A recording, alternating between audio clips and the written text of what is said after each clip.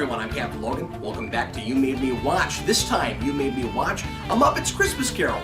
This was requested by Lone Wolf Jedi of Gotham, so thanks very much to you for giving me something really festive to tackle right before the holiday. That's really fun. I was going to wear a Santa hat or something. I've got a bunch around the house. It's late at night, everybody's asleep right now. I couldn't find any, so I apologize for not looking more festive myself, but I do wish everybody a Merry Christmas if you celebrate that, a Merry whatever else if you celebrate something else during this period, Kwanzaa, Hanukkah, what have you, and Merry nothing if you don't happen to celebrate anything during this holiday. But I hope that everybody gets to have a nice break and kind of recover from the really strange, bizarre and tumultuous year that we've all had.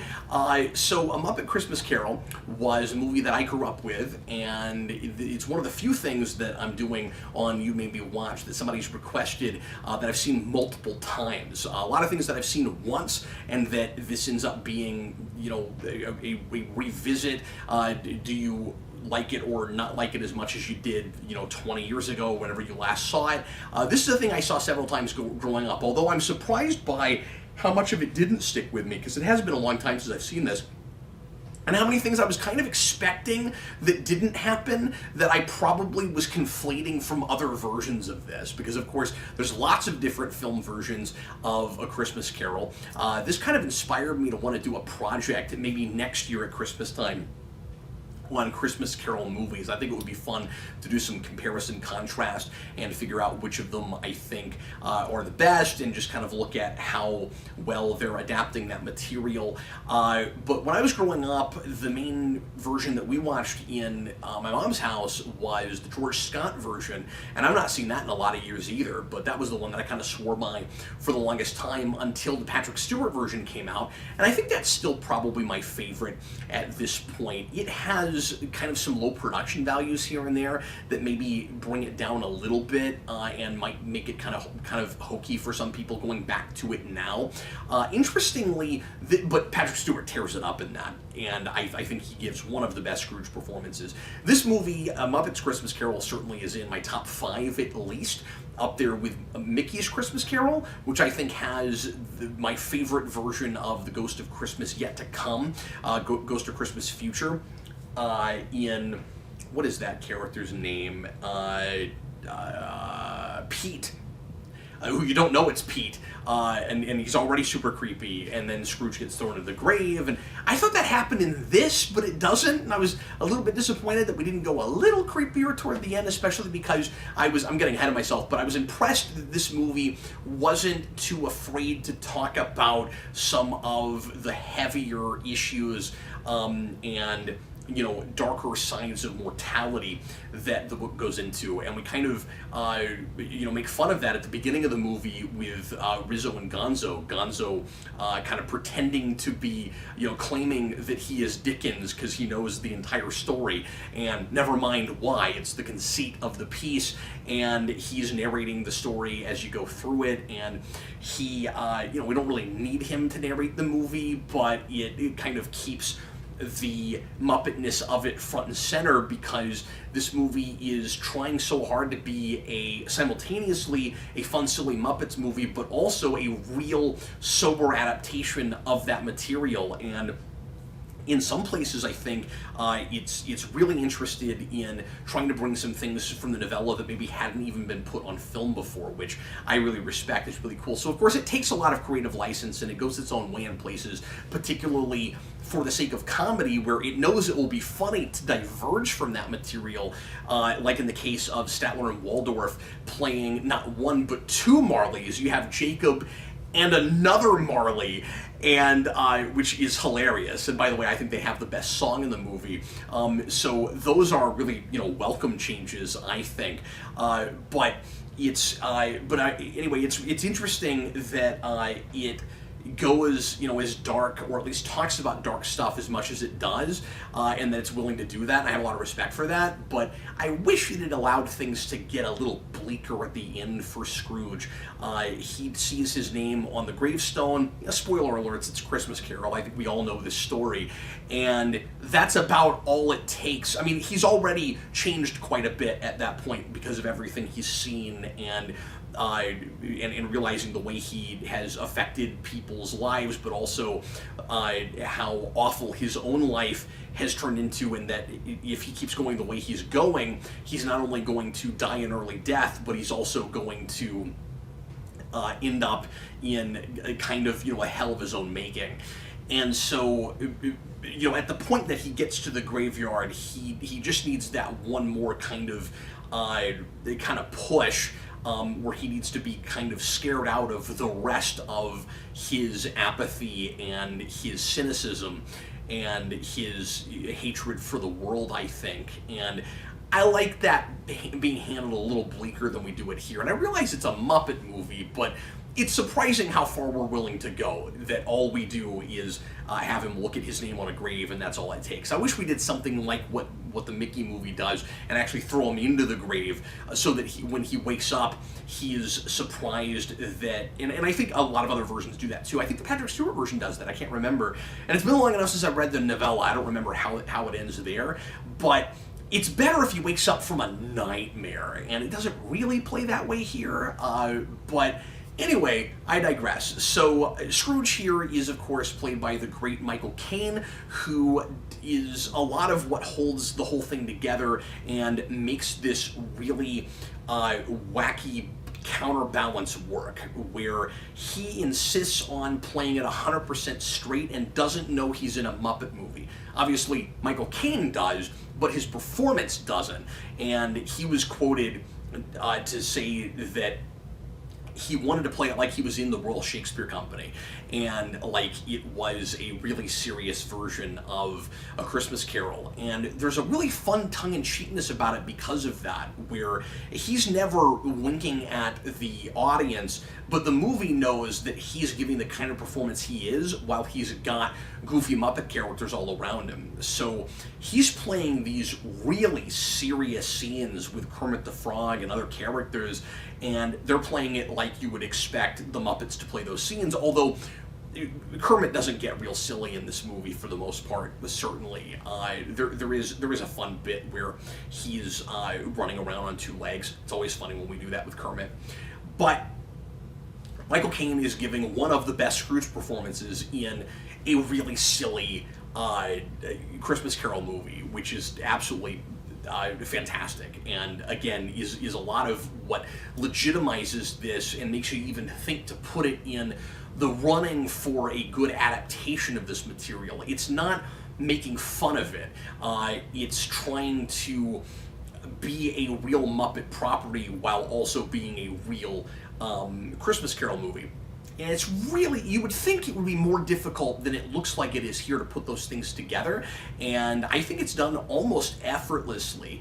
The main complaints I have about this movie are just some of the places where we gloss over Scrooge history, and we don't spend enough time seeing the elder Scrooge like really have to deal with and live with the mistakes of the past and the mistakes of the present. There are moments that we really kind of skate by, where he's looking on, and the ghost of Christmas past or Christmas present is showing him a huge, horrible mistake he's made, or the way that he is negatively affecting people, and we just don't have Michael Caine on screen enough dealing with it. And we also don't get involved enough in some of the background, I don't think. Some of that is because of notoriously a song that's cut. And some of Michael Caine's best performance is actually during that song, where we bring in the woman that he was supposed to marry that he broke up with because he was too involved in his own business, and he wasn't allowing himself to have a personal life, and he got real solid and made his whole life about making money and about power and wealth, and he forgot to be a person. And that's the moment, of course, classically, where Scrooge really loses himself, and it's an opportunity for change that he doesn't take, and he kind of, although I would call it actually an opportunity where he changes in the wrong way, where he continues going down a path that he doesn't have to go down, where that's where he writes off his humanity. And it's a really sad, gut-wrenching moment in the Patrick Stewart version and in the George Scott version, and here it's 15 seconds and then we're gone. And in the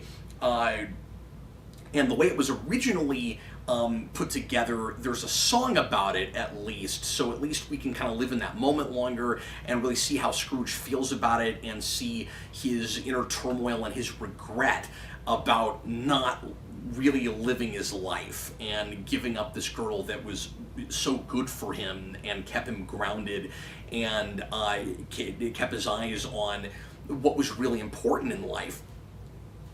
And if he had stayed with her, perhaps he wouldn't need to learn the true meaning of Christmas. Is it a little bit convenient that all of the most important things in Ebenezer Scrooge's life happen during Christmas time? Maybe, but it also explains why he hates the holiday so much. So I've always kind of given it a pass for that and kind of appreciated that idea. But anyway, so there's it was cut from the theatrical version as far as I understand it, but put back in for the VHS and for back in the day when this came out, and for the Laserdisc, this song where we bring in Scrooge's fiance, and she's there just to have a song. And this keeps happening with me with this movie, by the way. I don't think it's a particularly great musical. I agree with Roger Ebert's review when he says that there's not enough music, there aren't enough songs, and I don't find very many of the songs to be particularly memorable, except for the Statler and Waldorf song, the Marley song, because it's hilarious, and their whole woo, it's really funny, and I love that, and I could kind of watch that all day long. But a lot of the more kind of heartfelt and serious songs I thought were a little too sappy and generic at first, and they kept winning me over. It's weird. I think there's like 3 songs that do that. And when I went back and listened to this one, because I'd never heard it before, I went on YouTube and found it, it did that to me. And it's called When Love Is Gone, and it's absolutely heart-wrenching. My wife told me about it. I didn't realize that was there. I always thought it was really abrupt and strange that we just have kind of a like 2-sentence exchange where it's like Scrooge making the excuse of, well, I can't get married because I don't have enough money and my business isn't taking off the way I was expecting it to. And she says, well, you said that last year and I don't think you love me anymore, and she leaves. And that's it. I mean, that's all you get. And in other versions of this material, it's much more involved than that, where it becomes a lot clearer that what Scrooge is really doing, and you can't fully tell what his motivation is, except I guess just kind of echoing a scene from earlier where he could be going out and playing and having a good time, but he just stays in the classroom and works. We see a scene, earlier when he's in school where he does that. So you get the sense that, again, that whole thing is just an excuse, and it isn't really that he doesn't have enough money. It's that he really doesn't love her anymore, or he's chosen his work instead of her. But other versions make it a lot clearer that that's what he's doing, that he's chosen one life for another life, and that he's not willing to try to find a blend, and he doesn't get that you need both of those things. Your whole life can't just be your work.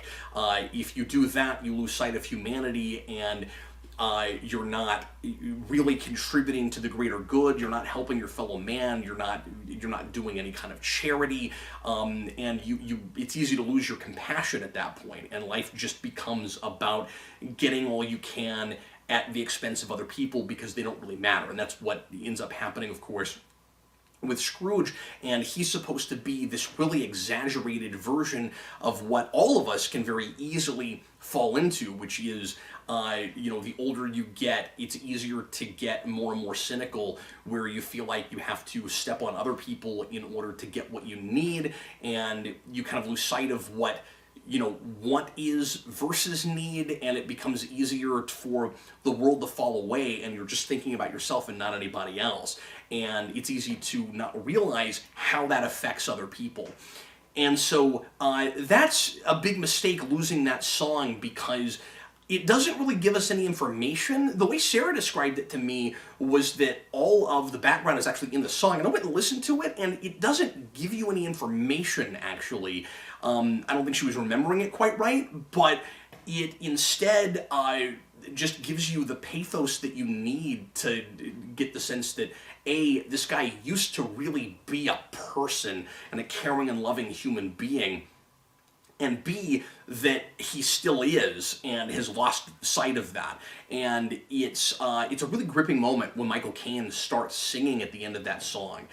I also think the movie needs that because the only time in the cut version that he sings is right at the very end, and Michael Caine's not a great singer, and that's put very much on display at the end of that, and in places it borders on embarrassing. Like, he's really, endearing. I mean, he's given it his all, and he's really trying, and he's putting everything he's got into it, but he's just not a great singer, and I think I would have given that a lot more of a pass if I had seen his really gut-wrenching, heartfelt singing earlier, when it doesn't matter what his voice sounds like. That performance is amazing. I mean, it really is. So it was a mistake to leave that out. Apparently, that was dropped just because the producers or the bigwigs at Disney were afraid that kids would be bored by it. It's not Cheer Up Charlie from Charlie and the Chocolate Factory, which I think is a song that is boring and I want to fast forward through every time and doesn't need to be there. This absolutely does. So it's unfortunate that we lost that. Something that this movie really impressed me with that I've not seen in other versions is that it makes it a lot clearer how Scrooge is actually negatively affecting other people around him. It's not just that he doesn't pay his employees enough of a living wage. It isn't just that he doesn't give charitable contributions, and it's not that he just goes up and down the street constantly freaking people out because he's just so nasty and he's so intimidating. In this version, we're told more specifically, and I don't know if this is in the book, but we're told, but even if it's not, I like it a lot, and again, it's been a long time since I've read that, we're told a lot more specifically what his actual business is. So in this, he actually owns real estate, and he charges an arm and a leg for houses that he owns for people to live in. So a lot of the people in the town, he actually is in direct influence of their livelihoods, which is scary because all he cares about doing is stacking up money, and he never even spends it on anything. And the idea that, I really like the idea that guy, the stakes are a little bit higher for everybody else in that town, that that guy kind of owns a lot of people in some way. And we're told this over and over again at the beginning of the movie. We're constantly talking about how he evicts people quite a bit. Like, as soon as they miss a payment, he doesn't even talk to them. They're just gone, and he charges them through the nose in the first place. I really like that detail, and I was surprised that a Muppet movie did that.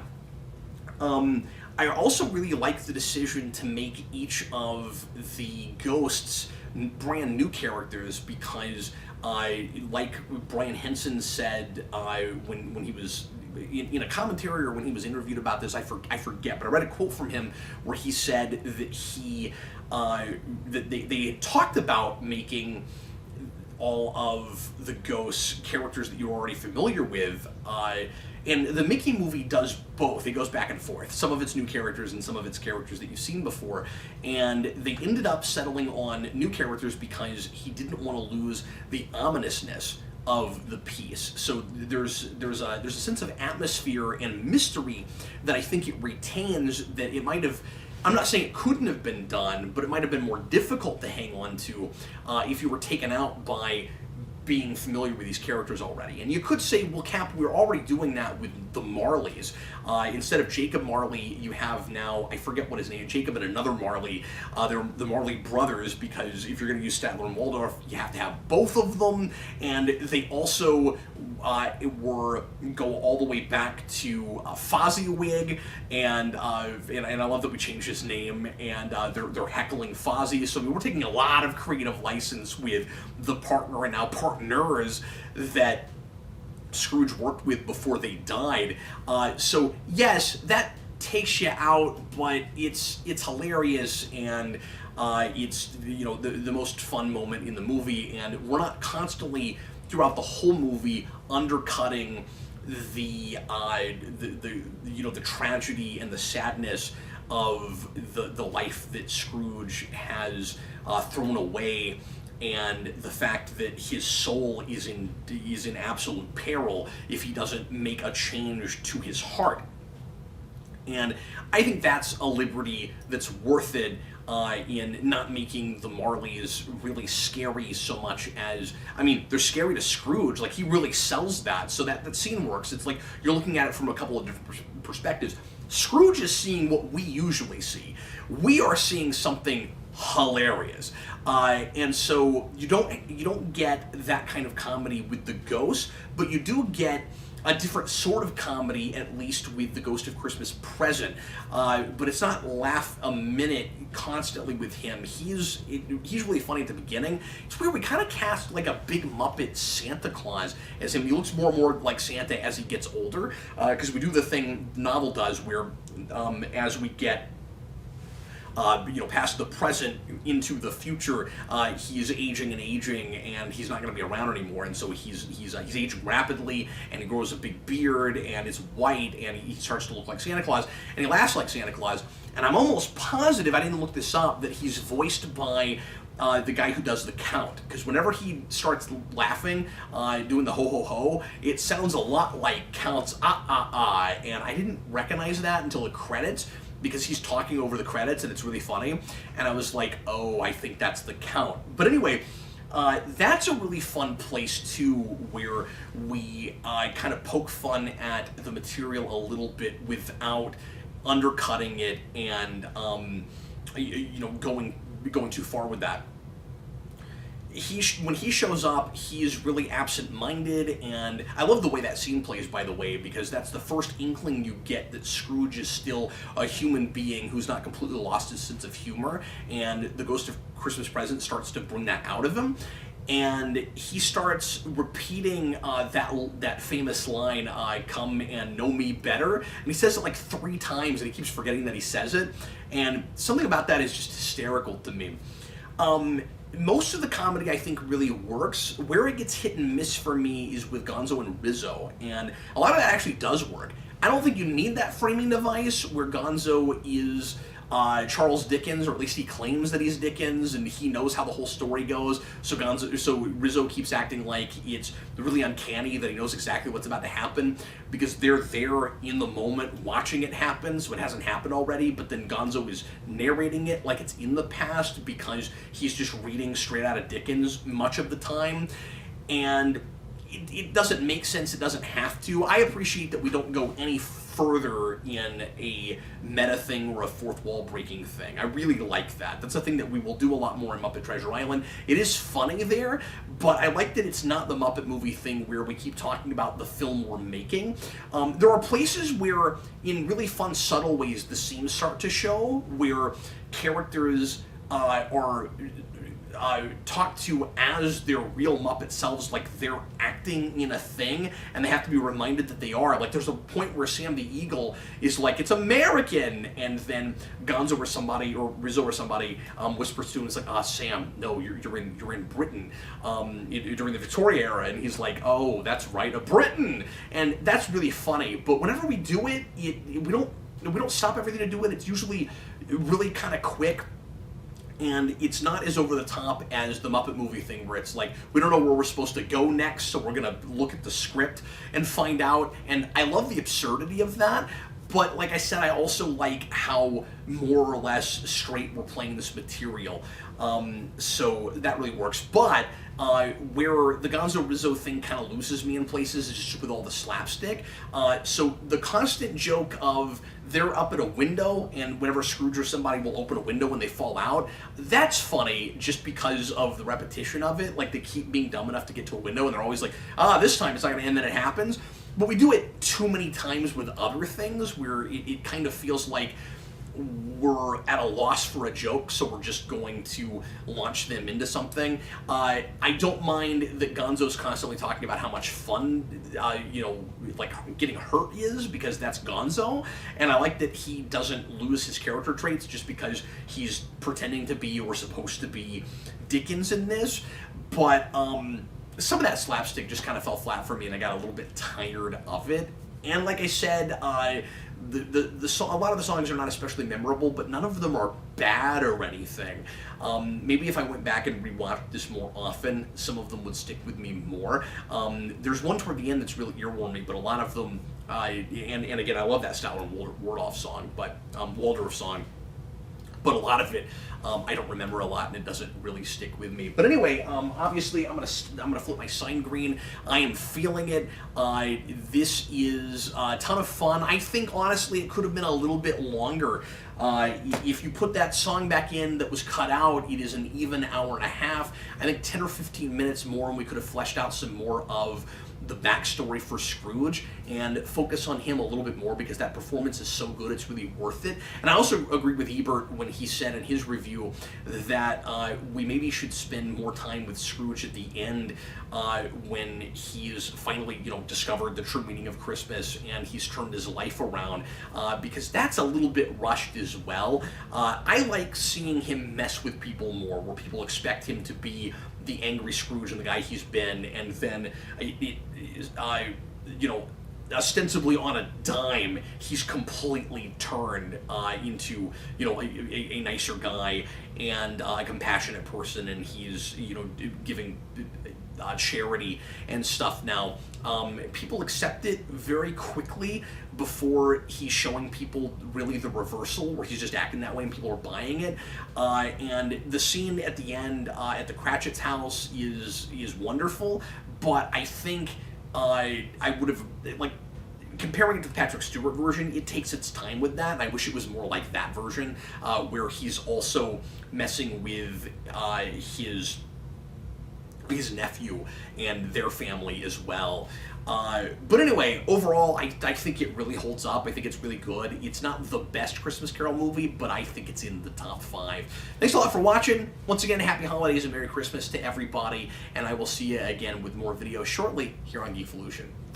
Also, let me mention, as I always do, that if you'd like to make a request for a movie or a comic to review here on You Made Me Watch, you can become a $15 patron at patreon.com/Geekvolution. You do that for just 1 month and get yourself in the queue, or if you stay in the rotation, you'll get one every so often. And once again, thanks for watching, folks. See you next time. Bye.